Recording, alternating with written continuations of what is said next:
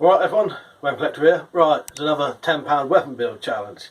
So today's video is from Object History, and that is Robert Escobar, who wrote this book, Saps, Blackjacks and Slingshots. So expect something similar to his book. Yeah, if you've never seen this book, it's probably one of the most definitive books there is on this subject. So I'll put a link to this if you want it. Check it out. Well worth. I've got a review of this book as well. Yeah, as I said, today is Robert's. His channel is Object History. Right, be looking forward to seeing what you make, Robert. And yeah, here you go. Okay, Weapon Collector's YouTube £10, as in currency, weapon making challenge. This was a lot of fun to partake in. I started with this 20-year-old piece of PVC pipe, sorry to the spider living in it, that I found in my garage. Pretty sure it was from the previous owners of the house. And just cut it down. I knew I wanted to make a baton-type weapon, and one that took advantage of my research and writing, right, you know, as a weapons author, but I wasn't sure exactly what that meant. So here's how I started. Had some twine lying around. Elmer's glue was also in the house, but I did buy some epoxy putty. Took one trip to the hardware store, got that. Obviously, you know the pipe, now it's cleaned out on the inside. And then these steel plugs. And what surprised me, I guess I didn't pay enough attention, they had holes in them, and that was not my plan, because they were supposed to be plugs. So you'll see how I dealt with that. Anyway, some very patient gluing and twine wrapping was next. Got that idea from Mike, Weapon Collector. And here we go. Finally starting to get there. Really took a long time. It's a messy process and a slow process, but I think it looks great and it can really be done on the cheap. The thing is, I'm using it for the striking portion and not just the grip, so that's real unusual. And this hole presents a big problem because what's even more unusual is that my baton here, my truncheon, is going to be filled with loose metal shot. Well, the shot is going to go flying out of there real quick if I don't plug it up somehow, so I decided to use the putty for that. I knew it'd come in handy for something, but to help, I managed to fit a dime into each of them, so I guess that adds to my cost. But only 20 cents, so still under the £10, you know, roughly $12, $13 limit. Once I finally finished gluing the twine onto the entire thing, then I just sawed it off wherever it was convenient. And here's the missing ingredient. I've mentioned it, but I didn't show it before, which is the shot. They're actual BBs. But yeah, this is a loose filling on the inside, hard shell exterior, with a thin softening cover on the outside club. Such a forgotten impact weapon, it doesn't even have a name, but it's part of what I resurrected from the ash heap of history in my book. And the whole concept of the design is not to do as much damage as possible, but to knock somebody out or disable them without breaking bone. And that's part of why I only had actually a few inches of shot in here. It's not as full as it looks. One of the challenges was I had to protect the drying putty on the ends, so here I'm doing this ramrod style thing because I had a wad of paper holding the shot, and I pushed it to about halfway down. That way the loose metal load is suspended halfway in between while the first end dries, and now here's my epoxy putty and plug going in the second. And by the way, the 3-in-1, which was also lying around the house, was another ingredient. I poured some in to keep the BBs moving loosely. Over time, didn't think that would hurt, so you might be able to hear the load moving around, but you'll definitely hear it later. What I had to do here was tighten these bolts in as much as I possibly could. Remember, this is a challenge with a low price limit, so obviously I could do a better version with, like, you know, interior threaded pipe, a metal pipe, that kind of thing, and really lock it in. This is more of a friction plug, so I tightened it as much as I could. My hands were aching, but I put some more glue on the threading, and I had the putty, as you saw, kind of a cone head shape. Really, that's to help more cushion the load when it bounces around inside there than anything else, but I figured it couldn't hurt in terms of keeping the bolt in place either. And after all that arduous work, I found that I could not get the bolts to go all the way in to put them flush. So that was a little annoying, but not that big of a deal. I had to do some extra twine wrapping to make up for that. That obviously meant more gluing, more wrapping, but not that much. And here's the gap, as you can see. That's from before I filled the space, as mentioned. You can also see here that I have room to improve on the finishing. Like, I can snip stray strands of twine, maybe put a coat of varnish on it. But it looks and feels great, in my opinion anyway, as is. So, funny enough, I did not plan this, but you can see the face of both dimes peeking out from either end.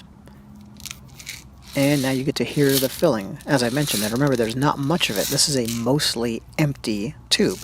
And this really changes the feel over a typical baton. It's constantly shifting. If you hold it like this, it's completely weighted on the bottom, right? If you dip one in like that, then you're effectively loading your weapon before a strike. So I thought that's really interesting. Let's get a close-up of the exterior, and remember, it softens the blow on purpose. That plus the shifting internals create what I call the soft sap effect, which you know about if you've seen my other videos or read my book. And you see there how it kind of sticks to the target. That's what happens. It's like, I also point this out in my book, it's like a dead blow hammer, a modern tool you can read about. So this thing is a joy to play with. Once you're swinging it, it's more like a slingshot. It's more like a rock on the end of a rope in a way. But before you get your swings really going, remember the center of gravity just shifts wildly depending on how you're holding it. For instance, that reverse strike right there did not feel good. The load doesn't have enough time to make it to the head of the strike when I do that. That one there, however, felt great. It loaded up in plenty of time. Remember, I'm trying to get the weight from there to there before impact. So it's like a blackjack, especially a flexible blackjack, or a slingshot or a soft sap, or even a whip, where your timing is going to dictate how effective the strike is. So just playing around with moving off of the center line and striking the opponent. And it's worth noting that this is probably the first time in over a century that someone has made and experimented with an impact weapon like this. Now let's see what kind of impact we can impart on my trusty medicine ball. Not bad, you know, that's very comparable to what I did with my loaded shillelagh and other weapons which were twice as long as this little guy. Against the exact same target, freestanding, although I was striking at a different elevation. Thought my shirt was funny. Murder by Death, great band, and notice one of the weapons on the shirt is the lead pipe. So the original version of this weapon, this Victorian era, never-do-well, you know, Peaky Blinder, Apache, Nine Rabbit type weapon, would have been a thin lead pipe. So again, you're not trying to create something that could bash through concrete. A very thin lead pipe filled with shot and wrapped in something. The specific example in my book is eel skin. So the thick PVC, relatively thick, I think was a good substitute for the lead, because again, lead has an internal softness to it as well. So again, you're not trying to do just the hardest material you can possibly find. But I understand lead pipes by street toughs because it was just so common. Anyway, the point of the overall design with weapons like this, whether soft sap or this particular, I'm calling it a rain stick here, was to sink the energy deep into the target while minimizing the surface level damage. There are more surprises to be had in handling one of these. It's great to have this to experiment with. Short snapping strikes are interesting because the load is completely at the bottom, so the part you're striking with is almost completely unweighted, so it moves out to the target and returns very quickly while sacrificing a lot of power. Like I talked about, timing is important, like striking my palm here. If you don't get the timing right, it's like a surfer missing the wave. And as mentioned, that relates to other flexible saps and blackjacks. And that level of nuance gets left out a lot of discussions where it's usually about, well, which kind hits harder. There are actually different kinds of impact, and which one is quote-unquote better, depends on the situation and the user. I thought this would work pretty well. In slow motion you can really hear sound, so listen to what is hopefully the optimization of the internal load when I swing this thing. This is pretty neat. You can even hear the shot moving from just slight adjustments before I swing.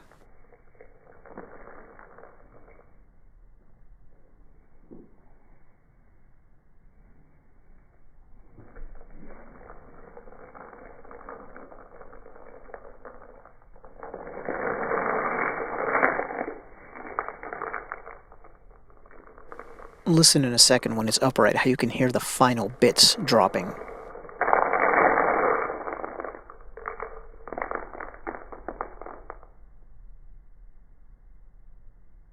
And let's give it one final go.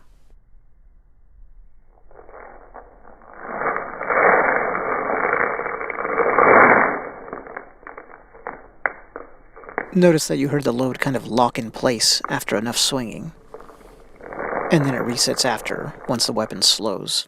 Well, there it is. I'm real happy with how this turned out. I want to try to make better versions. This is just a prototype.